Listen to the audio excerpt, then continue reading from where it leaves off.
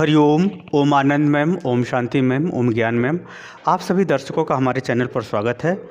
आज हम लोग बीएड फर्स्ट सेमेस्टर के अंतर्गत शैक्षिक उद्देश्य का निर्धारण पढ़ेंगे। पिछले जो कक्षाओं में हमने पढ़ाया था अनुदेशनात्मक उद्देश्य को किस प्रकार से निर्धारित करके अध्यापक विद्यार्थियों को प्रत्येक स्तर पर अधिगम कराने का प्रयास करता है, जिसमें उसको जानकारी देना, फिर उस पर भावात्मक विकास करके विश्वास और रुचि भरना, फिर उसके बाद उसको क्रियात्मक रूप से तैयार करते हुए सिखाने का प्रयास किया जाता है।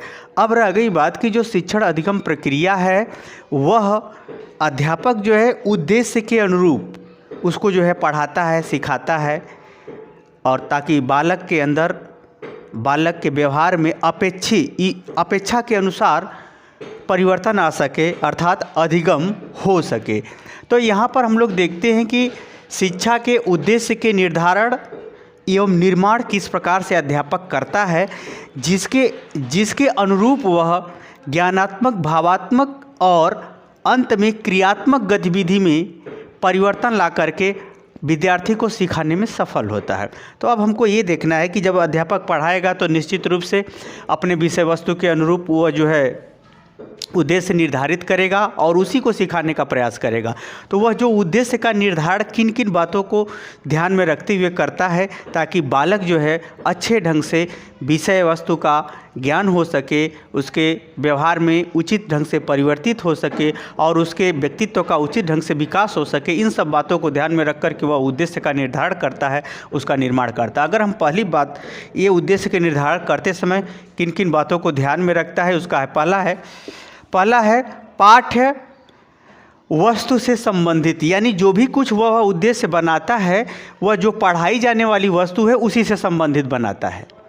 पहली उद्देश्य निर्धारित करते समय पहली शर्त यही है, या पहला यही उसका है आधार कि वह पाठ्य वस्तु से संबंधित होना चाहिए जो उसको कक्ष में पढ़ाना है। दूसरा है व्यवहार में छात्र से संबंधित होना चाहिए।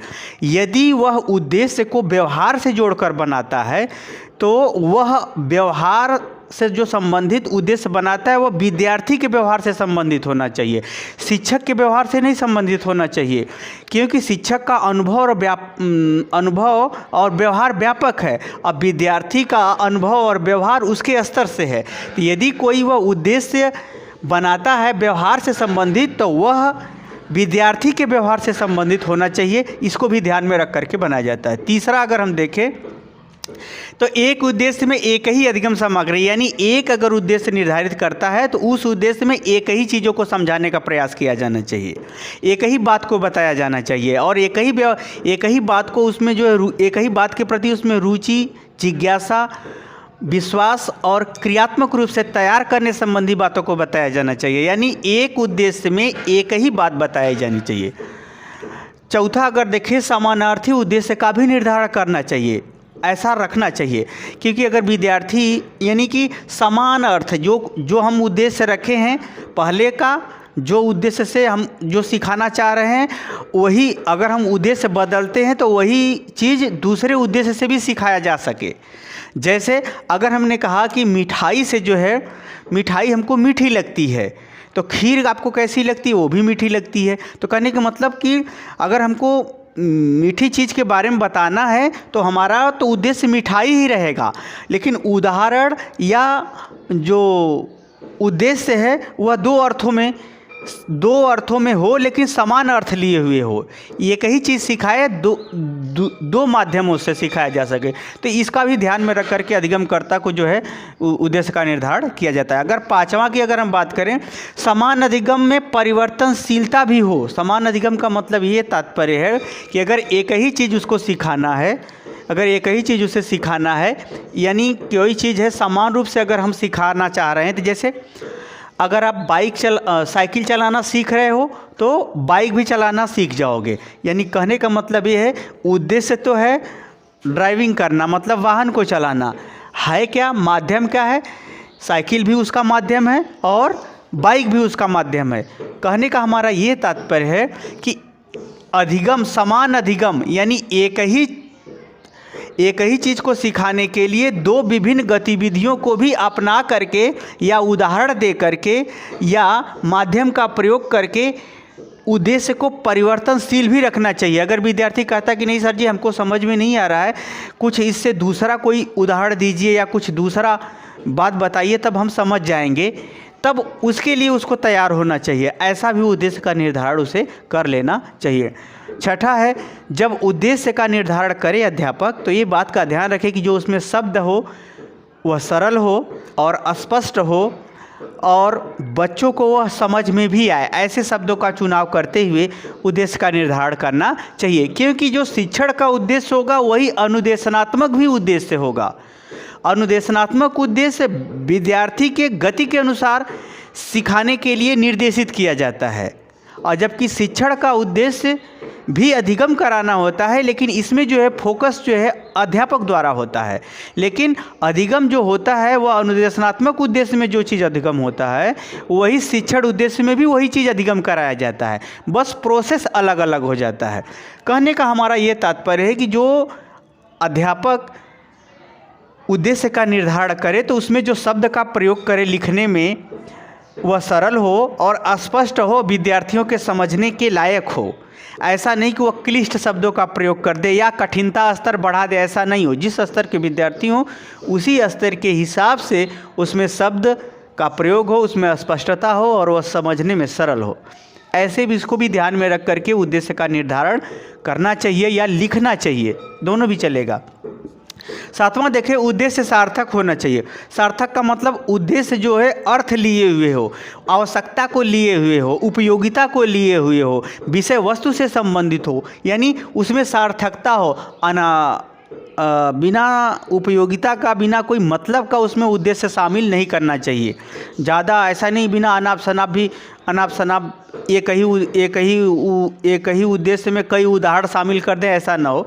मतलब कि उद्देश्य इस प्रकार से हो कि वह अधिगमकर्ता के लिए सार्थक हो, उपयोगी हो। इसको भी ध्यान में रख करके उद्देश्य का निर्धारण किया जाता है या निर्माण किया जाता है या लिखा जाता है। आठवां देखें तो उद्देश्य छात्र या व्यक्तिगत रूप से होना चाहिए। आपको ये ध्यान में रखना है कि जो शिक्षण प्रक्रिया है वह कक्षा कक्ष के अनुरूप ही उद्देश्य की बात की जा रही है। तो वह अध्यापक उद्देश्य का जो निर्धारण करे वो छात्रों को ही ध्यान में रख करके करे, न कि पूरे समाज को ध्यान में रख करके करे, न कि पूरे विषय को ध्यान में रख करके करे। ऐसा न करे, बल्कि क्या करे, छात्रों को जो चीज़ सिखाई जा रही है उसमें छात्रों को ही प्रमुख रूप से ध्यान में रखते हुए, टारगेट में रखते हुए अधिगम का या उद्देश्य का निर्धारण करना चाहिए, ताकि वह छात्र व्यक्तिगत रूप से जान सके, यानी उस स्तर का छात्र उसे व्यक्तिगत रूप से समझ सके। ऐसे ढंग से उद्देश्य को बनाना चाहिए, निर्धारण करना चाहिए या लिखना चाहिए। नौवां अगर देखें तो कक्षा कक्ष की अवधि के अनुरूप उद्देश्य होना चाहिए। अगर कोई विषय वस्तु आप पढ़ा रहे हो तो 10-15 ठे उद्देश्य मत बनाओ। कक्षा कक्ष यानी 40 मिनट का क्लास है कि 45 मिनट का क्लास है कि 35 मिनट का क्लास है या कौशलात्मक विकास से संबंधित क्लास है, तो जैसी कक्षा हो उस समय अवधि के अनुरूप 5 ठो, 7 ठो, 4 ठो, 3 ठो, जो भी उद्देश्य उसके अनुरूप हो उसी को उतनी ही संख्या रखनी चाहिए उद्देश्य का। ऐसा नहीं कि खूब उद्देश्य बना दिया, पढ़ाए 2-4 ही उद्देश्य पढ़ा पाए, ऐसा नहीं रखना चाहिए। ऐसे ढंग से उद्देश्य रखना चाहिए कि उस कक्षा अवधि में वो सब सारी बातें बताई जा सके, उसके प्रति छात्रों को निर्देशन दिया जा सके ताकि उनका अधिगम हो सके। इसको ध्यान में। 10वां है, छात्र की योग्यता और क्षमता के अनुरूप होना चाहिए। यानी उद्देश्य निर्धारित करते समय या लिखते समय अध्यापक क्या करता है, छात्रों की योग्यता, यानी उसकी योग्यता क्या है, किस कक्षा का है, किस कक्षा पर किस विषय वस्तु को कितना कठिनता स्तर रखा जाता है, और विद्यार्थी की क्षमता क्या है, उसकी मानसिक क्षमता क्या होनी चाहिए, इन सब को ध्यान में रखते हुए ही उद्देश्य का निर्धारण करना चाहिए या अधिगम का निर्धारण करना चाहिए कि क्या चीज़ हमको सिखाना है।